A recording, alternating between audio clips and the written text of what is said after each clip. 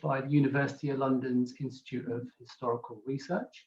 It was funded by the National Lottery Heritage Fund, and it had funding for 3 years, which was meant to finish in June this year, but because of COVID was extended till September. However, the legacy of it will be for at least another decade, and it's a site which actively asks for people's contributions, and that will be active for at least another 5 years. So if there's anything you want to add to Layers London after tonight's talk, I recommend you go on then and have a go in doing so. So the project's aims, in many respects, this was the brainchild of Matthew Davies, who he now works at Birkbeck, but he used to be in the Institute of Historical Research. And the very essence of the site was to gather together and unite London's most iconic maps and bring them all under one resource, rather than having to go to all the different institutions and visit them on their websites, or indeed in their actual stores themselves. So one of them, in terms of those institutions, I'm talking about the British Library, I'm talking about London Metropolitan Archives, the National Archives, Museum of London Archaeology, Historic England. The actual list is huge.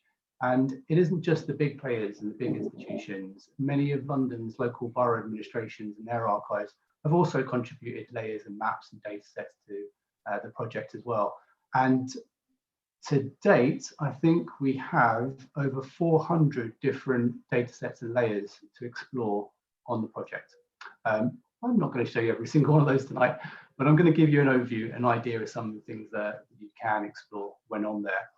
The key thing about Layers of London is that you can, as the name suggests, layer these maps and data sets up, so you can fade them in and out to see how places have changed over the duration of the centuries and millennia in some cases. And then the other aspect of the site is that it's crowdsourced. So it isn't just these historic and iconic maps, it's pieces of information that are in people's photo albums, information that's in their lofts and attics, information that's in people's heads, the histories that are everyday people that we wanted to combine and put them in context with the historic maps. So that's really the basis of what Layers of London is, and the original aims and what it hoped to achieve. And when you go to the homepage, layersoflondon.org, this is what you're presented with. You get a little example of some of the more famous maps that are on the site. And as we scroll down, you see some of the ideas. So you can tell your own story and add your own story here. There's some inspirational ideas and projects that people might want to start. And there's also a link to our YouTube channel, which during the course of lockdown, we ran around 20 different webinars, some based on the maps that we have, but some just about some historical elements. So for instance, Museum of London Archaeology, they did a whole series of webinars for us. Homepage also has a search bar, which is all self-explanatory. You can search by tags, and you can have a quick link to some of the collections that we have on there. So what I'm going to do, I'll scroll right back up to the top.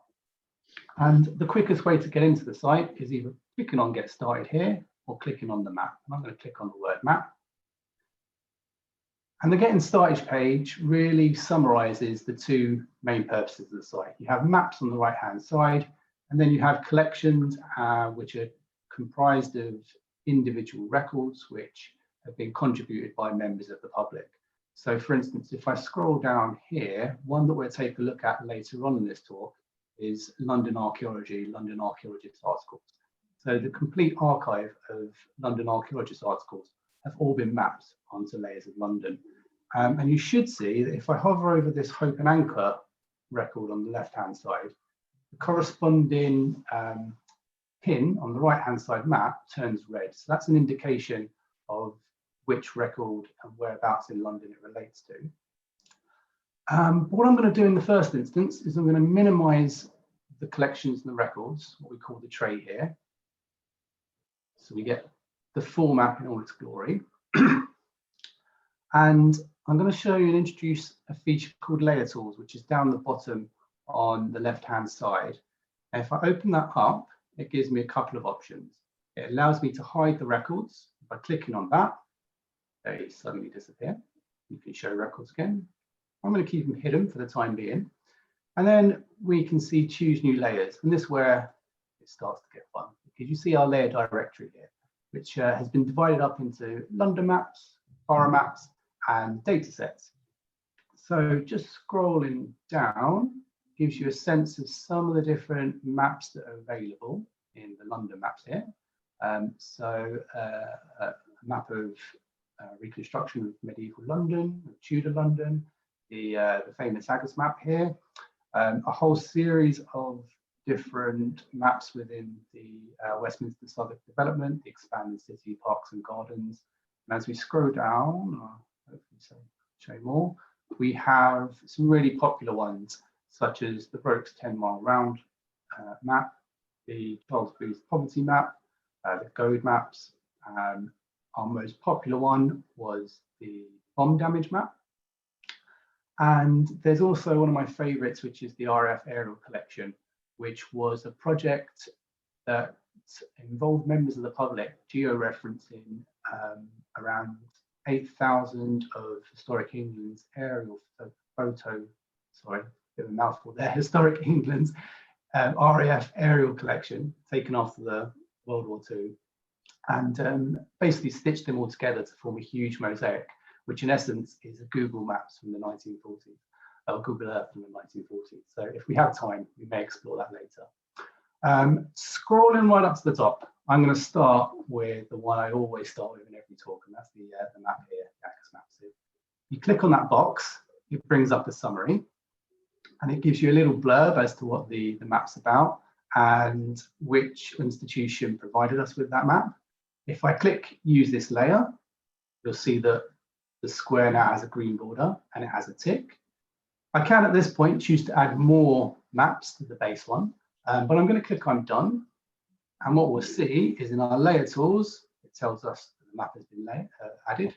If I scroll into London, we should see that the map is in its rightful place, covering the city of London like so. Now, the joys of digital projects like this mean that I'm able to zoom right in, zoom right into Cripplegate here. And you can see just how close you can get into the map. And by holding and dragging it around, you can navigate the streets of London. I'll head down Cheapside until I get to St. Paul's Cathedral pre-Great Fire of London. Okay, so using my layer tools at the bottom down here, I now have the ability to click on this little eye icon, which is in the bottom left, and that will remove the map completely. And we can see that we've geo-referenced this map as best as possible so that the streets should roughly align to today's modern day map. So if I just switch that back on again, St. Paul's is pretty much on top of St. Paul's as it is today. And this layer tool function also allows me to click on this bar and drag that bar back and forth to fade the map in and out, like so. So that's the basic functionality of layers in London. I would always recommend using this layer tools in the bottom left-hand corner to really get the most out of the site. And then you can simply navigate your way around. You can zoom in and out. There's a plus and a minus zoom in the right-hand bottom corner, but you can, I tend to use my mouse. You can zoom right in to have a look at the folks in their boats on the River Thames. So we can zoom out. We can have a look at some of the bear baiting and bull baiting, called arenas, for want of a better term, in the bottom down here in Southwark and South Bank. If I zoom right up, if you're not familiar with this map, just outside the city walls, we've got these lovely people with, presume they're washing, and some hunters doing archery as well. So it's high definition, and it's really quite fun to have a look and explore some of these areas as it would have been in the 16th century. But what's the point of having something called Layers of London if you can't have a look at the layer aspect? So I can click on Choose New Layers in my layer tools down here. What I'm also going to show you is the handy navigation bar on the left-hand side, where if I click on Layers here, that also brings up our layer directory. And this time I'm going to scroll down and I'm going to add Roke's 10-mile round map. I'll add the booth map and I'll add the bomb damage map.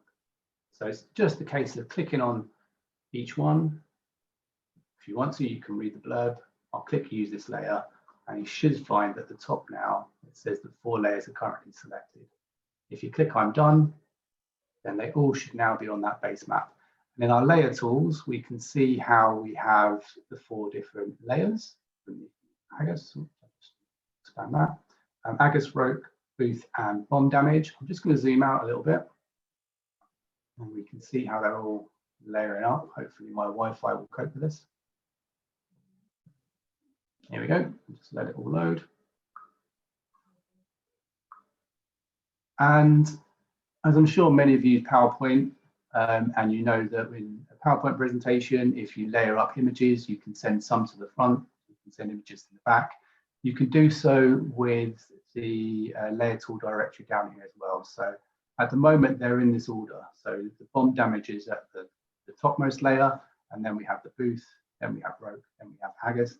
If I click and I grab on the Agus and bring that to the top, we should find that now that has popped to the top layer.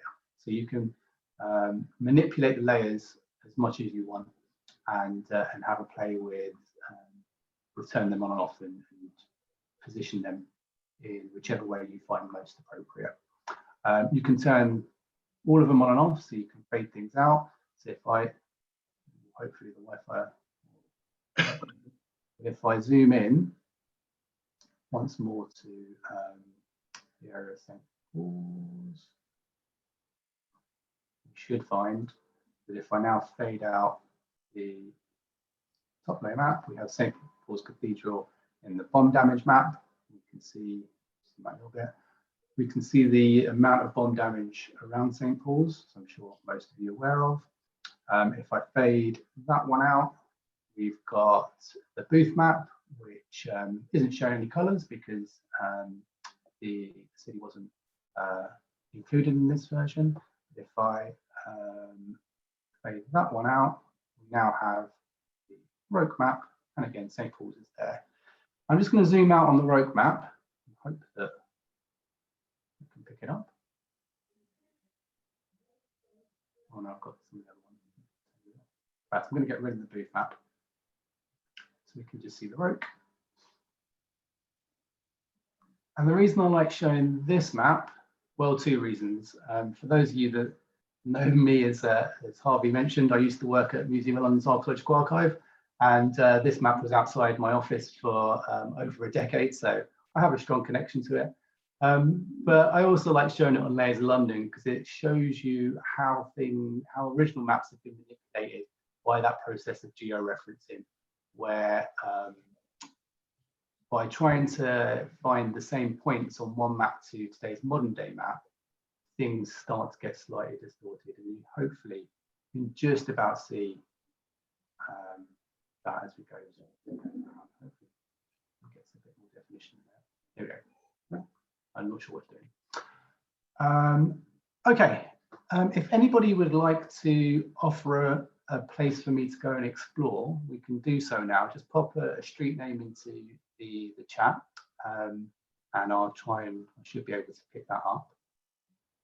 Just see put one yet, or have they? People may have put. Yeah, we have Lorraine that would want to see Listen Grove around Edgware Road. Okay, I'll just copy that. Okay, bear with me. So if I pop that, I'll tell you what I'm gonna do. I might just close some of these layers just to see if that helps with definition here. I'm just going to go, in fact, I'm going to go to choose new layers down here. I've turned off all my previous ones. And I'm going to upload the RAF aerial collection here. Just checking the chat, and hopefully everybody can still see this okay. Do say if you can't, but I'll upload the aerial collection and click on done so we can see the. Oops. So Adam, we have a few more questions as well as you're searching for things. Catherine Stubbs asks if it's possible to see the map key as well. Oh yes, yeah. On both the bomb damage and the booth map, there are keys, and you can turn those keys on and off. So I might come back to the booth map because there was a separate project that separated each of the colors. So you can upload just one level of wealth on the booth map. So we might come back to that in a bit. And Simon also asks if it works in an iPad. Yes, it does work on tablets and mobiles. It's not as effective as a desktop, but you can upload it on and use it on a tablet as well. It's not in an app form though, so you have to go via your Safari or browser. But it does work on the tablet. But I'm going to use Lorraine's suggestion of Listen Grove in Edgware, and I'm just going to go up to the top right-hand corner, and hopefully you can see Find a Place here. So I'll just pop that in. We have a few more suggestions, which I'll feed in a bit later. Great, cool. By typing a street name into Find a Place, it comes up with various options here. I mean, pretty much the same. So I'm going to go to this one. And we'll see that the address here is indicated by a red dot in the center of the screen. So if, Lorraine, this is where you live, you can see what the area looked like in the late 1940s using this map of aerial photography from the RAF. So it's interesting actually that here we can see this line going down the middle of the screen, and that is where the two images have been stitched together. So I mean, it's not 100% perfect, but it's pretty good. And all of these individual images were geo-referenced by members of the public. So what I mean by that is there was a huge crowdsourced project where individuals could see the original photograph and see a modern day map. And it was basically, instead of spot the difference, spot the same, where you had to find the same point on the image and on the map, and then they magically aligned on top of each other, and then eventually all the different images stitched together. So this is a fantastic layer to have, and it's a great one to use in conjunction with the bomb damage map, because you can see the effects of the bombs and different areas that were laid to waste and how that's represented from the air. So there we go. There's Listen Grove there. Should we look for another area? Yeah, we have a few more. We have N10 2DL. Okay, let's go for that. Now, when I last checked, it should allow you to search by postcode as well. So N10 2DL. Click on that one, and we have. Hopefully, that's the right area. So we can have a look again at this map. It is from Sarah. Great. And what I'll do is I'll just add another layer, because as well as the bomb damage map being a good one with the RAF, I also think the OS maps, which have good coverage of London, are equally good to have together. So if I turn that one off, we can see that we have the right road here. And again, you can start exploring using the OS maps like so.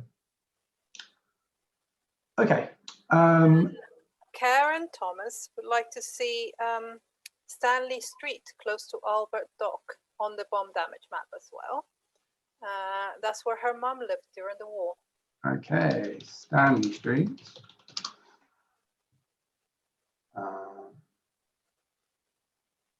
Have I spelled that right to this one? Yes, you have. On the bomb damage, okay, we'll quickly upload that one then.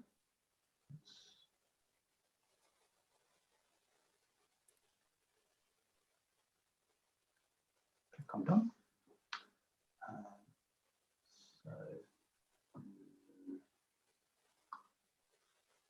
So I've relocated tonight to the room that's closest to my Wi-Fi. Yeah, I'm still having slight issues, but here we go. It's slowly picking itself up now. So here is Stanley Street. We can see that a V1, I think, dropped here, and the base has a sort of very quick guide to the bomb damage map. The darker the color, the worse the damage.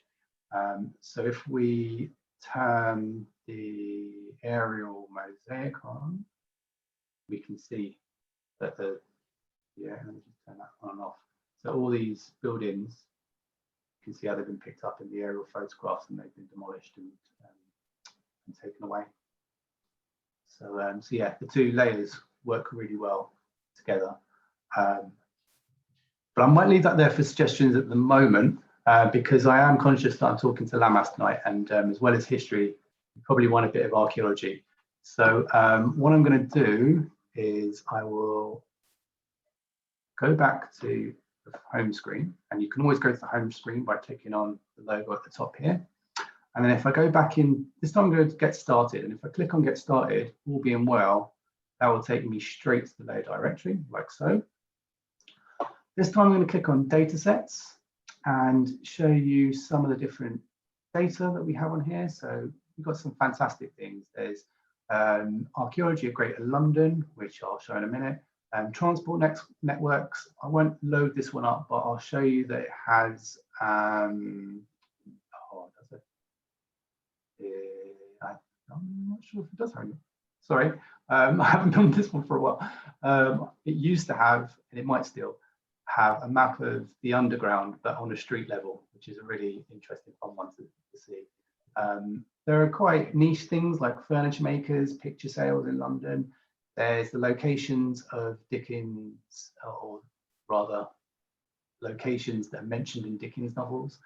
Slave ownership in London was one that we uploaded earlier this year, along with the Windrush Arrival project from Goldsmith University. So this is a really fantastic set of data to explore. Tonight, I'm going to upload the historic environment record from Historic England, the London Archaeological Investigations, like so. Use this layer, and I'll upload the Molar one, and use this layer. I'll click on done.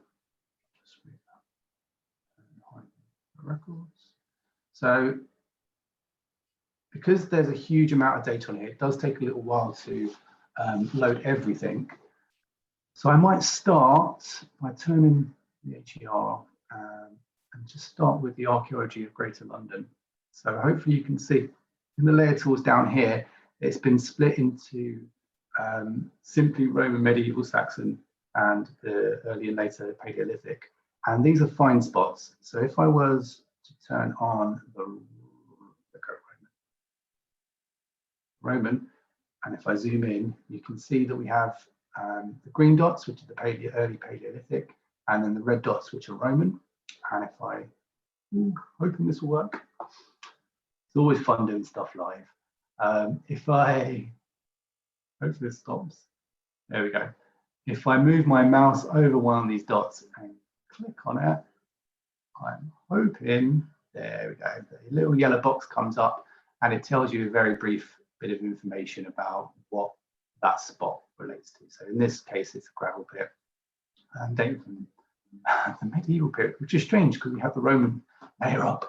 So there you go. I can't explain these things sometimes, but it should relate to Roman fine spots here. What I'll do instead, as I quickly dismiss that one, is open up the Roman infrastructure down here so you can see the Roman street layout, the road network, and this one should extend into Southwark as well. When you have a go exploring this in your own time at home, I'm hoping your Wi-Fi is better than mine, so it will upload quicker. I think some run it via Zoom as well. It might take a little while. Let me see if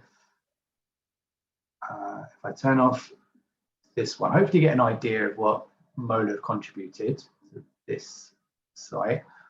I'll quickly show the HERs, and these are separated into different areas and years and points.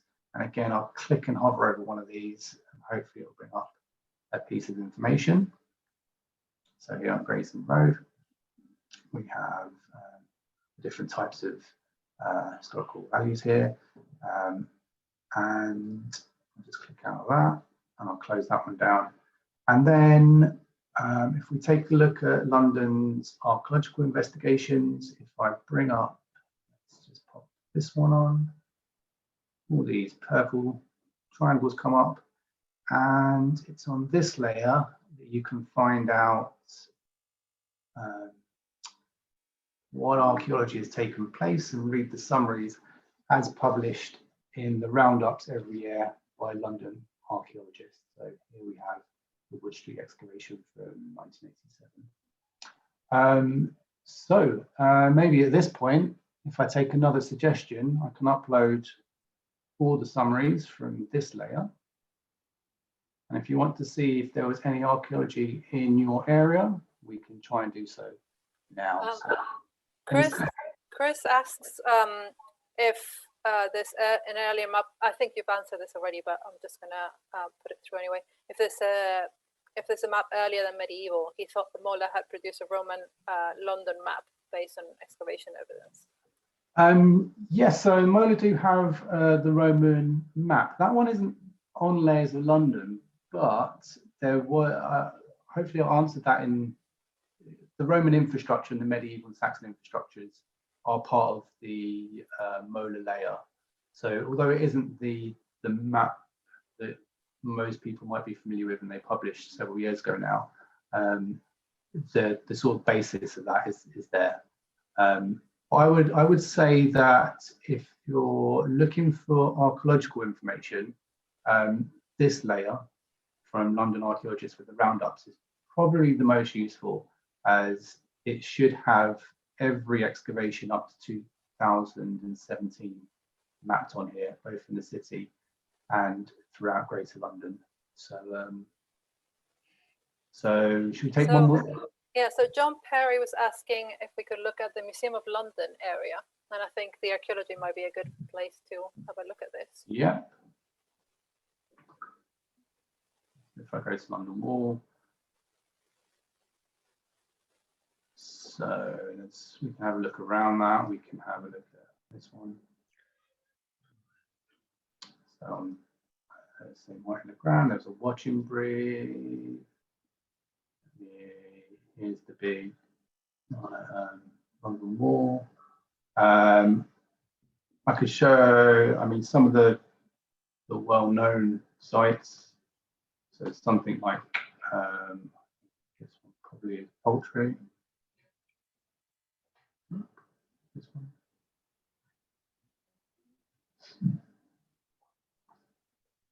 Yeah, so some of the big sites in London that are well known, they're based here. So it's a nice way to explore and navigate some of the archaeological work that's taken place, well, all of the archaeological work that's taken place up till 2017.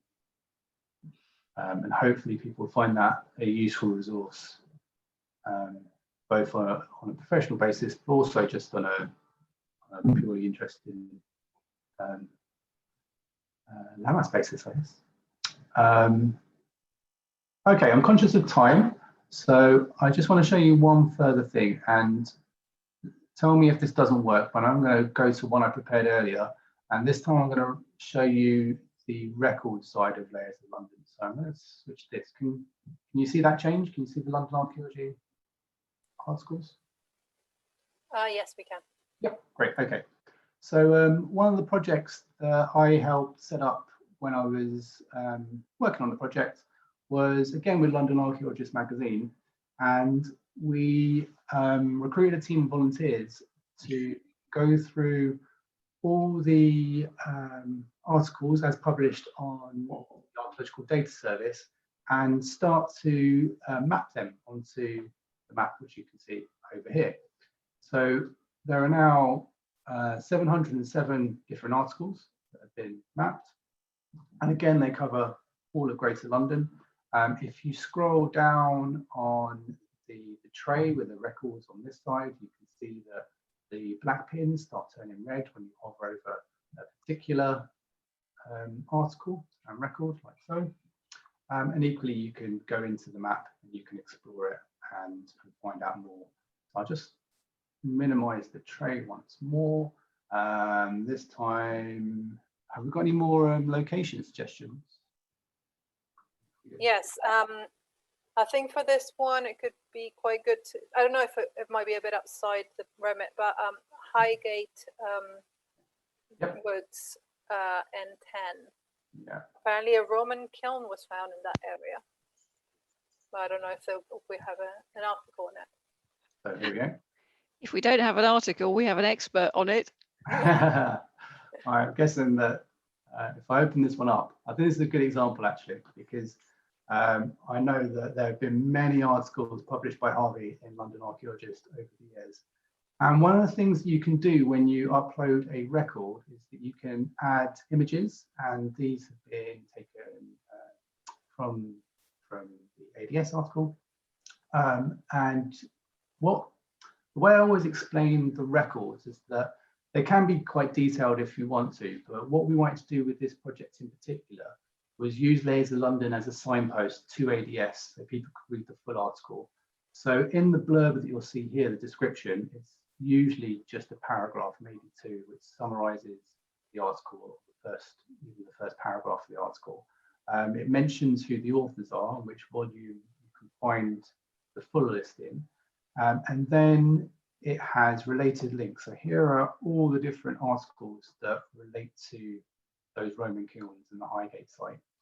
And then in the sources and attribution, we have the hyperlink to the ADS article.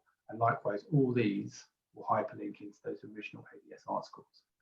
Now, the fact that in the description, it mentions which volume it is and the author means that if you go to the search function of Layers of London and search for Harvey, for instance, Sheldon, or indeed London Archaeologist Volume 1.2 or 1.3, or whichever these articles you want to, those will be picked up in the search.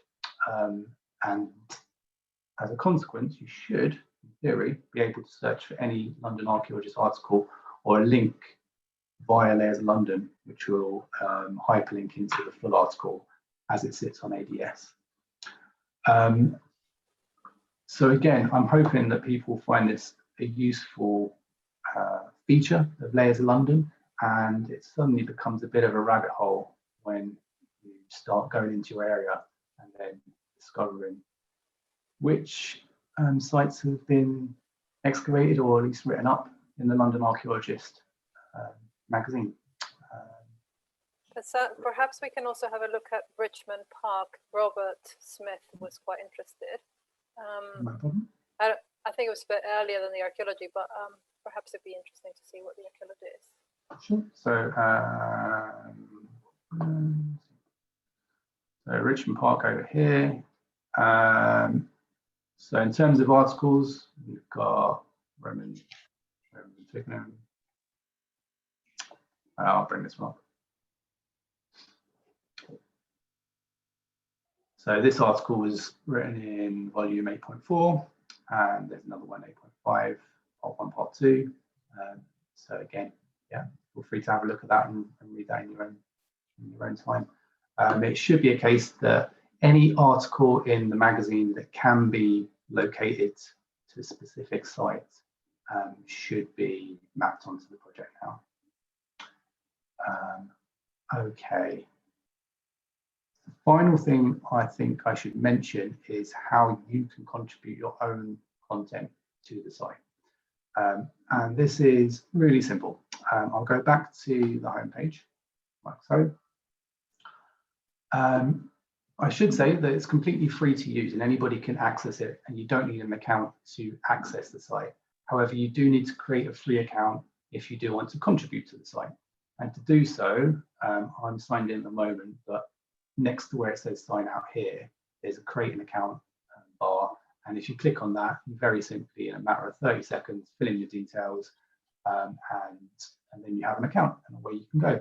And then once signed in, if you go to the map screen, on this left-hand navigation panel, you can see there's add a record, like so here. So you simply click on that. It says choose a location of your record. You can zoom in. You'll see the mouse has turned into a crosshair. But say I wanted to add a record relating to Walthamstow, I click on whichever street, and I can zoom in as much as I want. And then there are 4 mandatory fields that need to be filled in. The first is the title up here, and the second is the date. When did that event or piece of information happen? You also need to fill in the description, and then the only other mandatory bit of information is a tag this record. Ideally though, if you've got any images, you can add those in the add the media. I'm just going to type in something random here. So, so you can add media in documents. You can upload files, images up to a size of 4 megabytes. You can upload PDFs. You can upload MPEG files and sound bites. You can embed YouTube videos. And you can upload as many as you want, as long as each individual one is a maximum of 4 megabytes. Everything on Layers of London is shared under Creative Commons license, so it's really important that you have, especially for images, that you have permission to upload those images, and any sources and attributions should go into this box here. And when you type something into that, it should automatically create a hyperlink if it's a website, but also if it's a book that you're referring to, that should go into this space too. We saw on some of those previous records, the Highgate records, that you can add a related link. So for instance, if on those Highgate records, we wanted to not only connect to other articles that are published, but connect to, say, the Borough of Haringey's website, which talks about the park. You could add a related link there.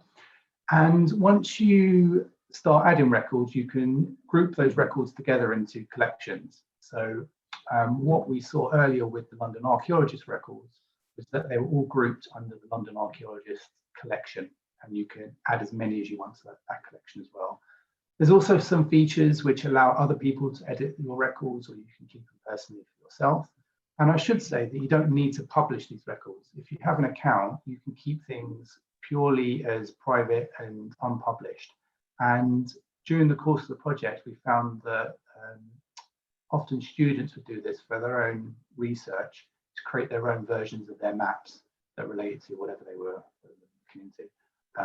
But feel free to use this as a resource where you can create your own maps, a little bit like Google Maps, but you'll have the benefit of the historical layers to put whatever you're looking into context as well.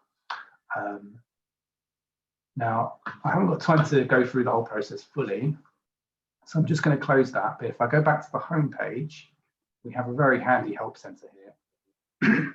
And from here, you can see how to explore the site, add content to the site. And there's information about copyright and various other bits and pieces here. So, so do have a look at those. And let me just, oops, if I, what was it, homepage. And just to reiterate the point that we also have webinars going through that whole process. So again, if you want to see a webinar where one of us has gone through the whole process of adding content, you should be able to see that on our YouTube channel as well. So I think I'm going to leave it there, but we have time for questions, so fire away and I'll do my best to answer them.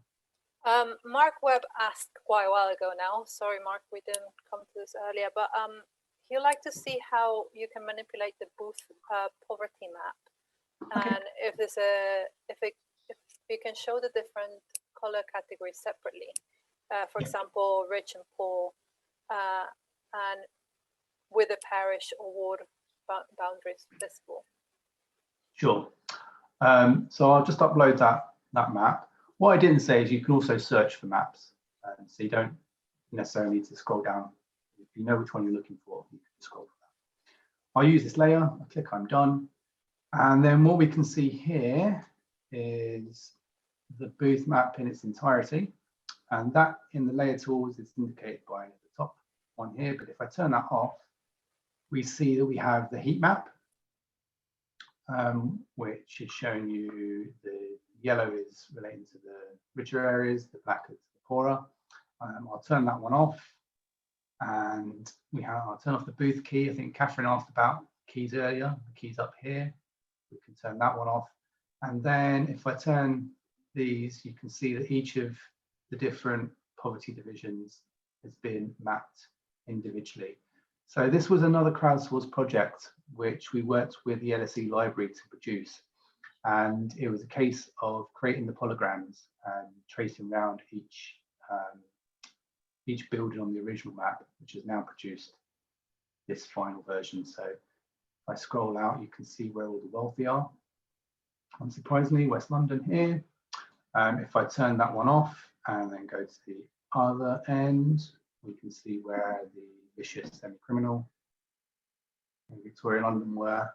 But most people were fairly comfortable, or a mixture of comfortable and poor here, or a comfortable middle class, which is the other one. So it wasn't all bad. Hopefully that explains and answered the questions. And did you ask something about parishes as well? I think you may have. I'll show you a different map. If I go to the GODE map here, I think these came from British Library. It was whether Mark was asking whether the parish boundaries were visible within the booth map itself, which I'm not sure. I guess you can layer them, so you can have the booth map on, Yeah, and layer it with another map on top of that showing the boundaries. yeah. I think if they're not visible in the booth map, then that's definitely the way to do it. But something like the GODE map, they've been, I'm not sure on parishes here, but they've been separated into different areas. Just trying to remember which one definitely had parishes. I think it might be, is it Morgan map? Well, that's early in time. But yeah. Something like the old Bean Morgan map, again, in the sub layers, you have parishes, roads, places, and wards, which you can turn on and off, as well as the full map. So I would say it's worth exploring the different types. I should also say, since the end of the project, a few other different layers have been added, which I haven't seen in their entirety yet. So I shall have another exploration tonight as well. I guess it's Next question. I guess it's the benefit of this map that if you don't get the resources you want in one map, you can always layer another one on top and get that way. You can start comparing things throughout, Absolutely. even throughout periods or areas. Yeah, and because of the process of georeferencing, they should sit nicely on top of each other. There is, I mean, I know there's an administrative. Karen was asking if you know of any future projects that are planned. So I don't. I mean, the engagement side of the project and the funding for that is now finished. So there won't be any of the layers of London are initiating. However, anyone can create a project basically, and I think the London Archaeologist example is a good one of how you can take a publication. So I'm saying this because I'm thinking of the landmass transactions. So potentially there would be a project where if each landmass article in the transactions was available, you could map those in a similar way. Or equally, if you have another publication relating to London, and again, those can be specifically mapped to points on the base map, then yeah, feel free to do map whatever you want, really. The last one I did, purely out of fun, was I mapped music videos that have been shot in London. I think there's something like 100 on this map now. So if you want to find out, I don't know, where the Bob Marley video for, can't remember the song is, but whatever, you can have a look at that collection, that layer. It's quite a fun one, and all the YouTube videos are linked into that. So I think the best thing to do is to say, if you go to the Get Involved page here, you can get an idea of some of the case studies, I think. And these are some good examples of different projects that have taken place in the past, from mapping memoirs to one that Colas had created about the Thames at Warpath. There's lots of different things for inspiration. We have a few, I think one more question at the moment. Craig Campbell was asking if there's a map showing the historic floodplains or river informations. Yes, let's go He back. also asks whether, if a student has a large data set, is there any way of inputting Yes. the information, or does it need to be individual entries?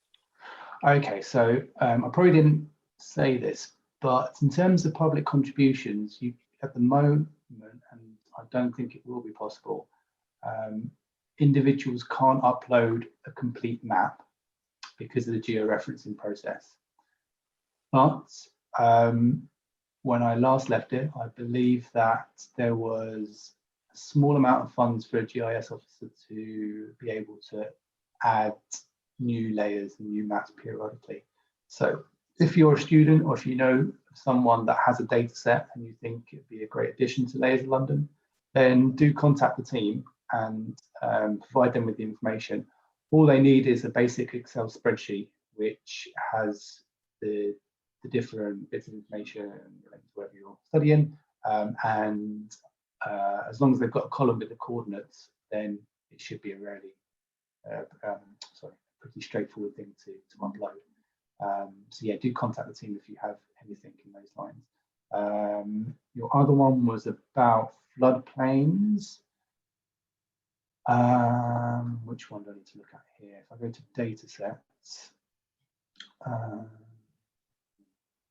there should be one for environment, and I think that has underground rivers, this one. But that's not the one I was thinking of. It used to be in the archaeology, but I think it's changed now. Let's have a look in. There should be one that looks at geology. Here. So I think that one might have. Oh no, it's not as good as.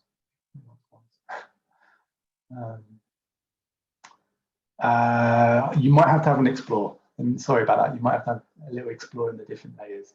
But there should be one relating to the different geology in London, which includes the riverbeds.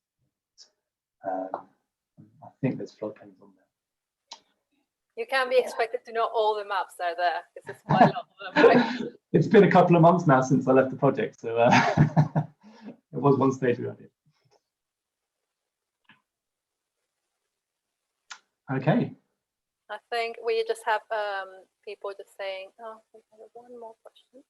Oh, just people saying thank you, and that it's brilliant, and it's a great site, and thanking you for showing them how to use it.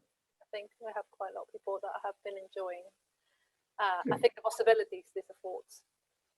Yeah, like I said before, I mean, check out the Help Centre if you do want to start contributing bits and pieces, and the Get Involved page with the case studies. That's also really useful to give you some inspiration as to what's been mapped in the past. Okay, is that the end of the questioning? I think so, unless anybody else wants to ask something quickly. We're reaching the end of our allotted time. Okay, can I come quickly in, Louisa? Yes, of course. Okay, just to thank you, Adam, for an excellent talk. I mean, a cool navigator has been handling this project, and you've done very well on it. I mean, it's obviously something that ought to grow. It's a huge educational tool as well. Looking at maps too, I just did remind me that when I was looking for something to do with the rows a few weeks ago, I read how a lot of those early modern maps were now being seen as attempting to impose two-dimensional order on what was really three-dimensional chaos. And it made me think about maps in a way I hadn't really done before, in terms of what the real life on those streets might have been back in the late 16th century. Slight clues in it, I know from some of those panoramas, but it's an interesting way of approaching the order of maps themselves. What I'd like to do is just to thank all of those who've helped Adam to deliver this tonight, to Louisa here, and to Steph and to Jane for helping to guide it through as we've gone. And I'd just like to end by saying, particularly to those who have enjoyed this session but are not Lammas members, please do consider joining us. And the best way to do, if you are going to join us, is to look at our website, and there'll be ways to do it. We need as much support as we can get. The numbers that we have help us in our efforts for the London's heritage, London's historic environment. One thing that we did only 10 days ago or so was to get our